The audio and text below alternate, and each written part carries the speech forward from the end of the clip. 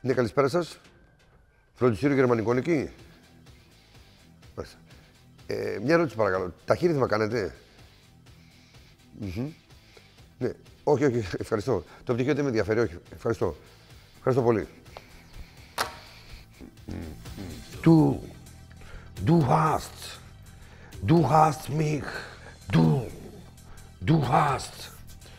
Du hast mich, du hast mich gefragt.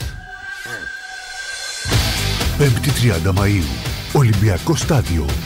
Η Rammstein στην Ελλάδα. Οι Γερμανοί Superstar σε ένα once in a lifetime show. Πάυρος, εντυπωσιακά σκηνικά και ένα τεράστιο stage συνθέτουν μια συγκλονιστική συναυλιακή εμπειρία. Θα είσαι και εσύ εκεί. Προπόληση εισιτηρίων ticketmaster.gr.